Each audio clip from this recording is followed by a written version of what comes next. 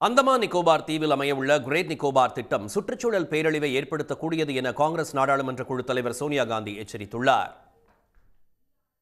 Andaman Nicobar union பிரதேசத்தில் great Nicobar தீவு உள்ளது.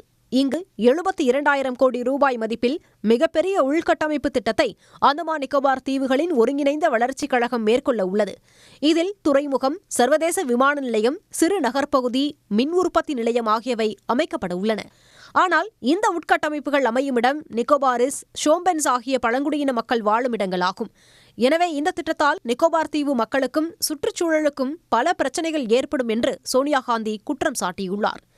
2004ஆம் ஆண்டு இந்திய பெருங்கடலில் ஏற்பட்ட சுனாமியின் போது நிக்கோபாரிஸ் பூர்வகுடி மக்கள் தங்கள் கிராமங்களிலிருந்து தற்காலிகமாக வெளியேறும் நிலை ஏற்பட்டது.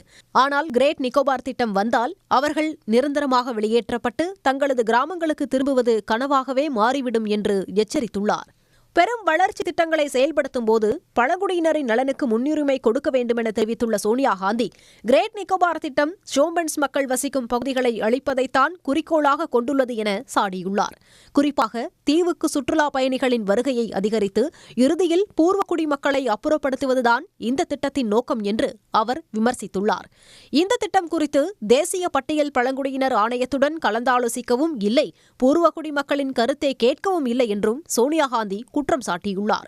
பூர்வகுடிகளுக்கு மட்டுமின்றி சுற்றுச்சூழலுக்கும் பேரழிவு காத்திருப்பதாகவும் அவர் எச்சரித்துள்ளார்.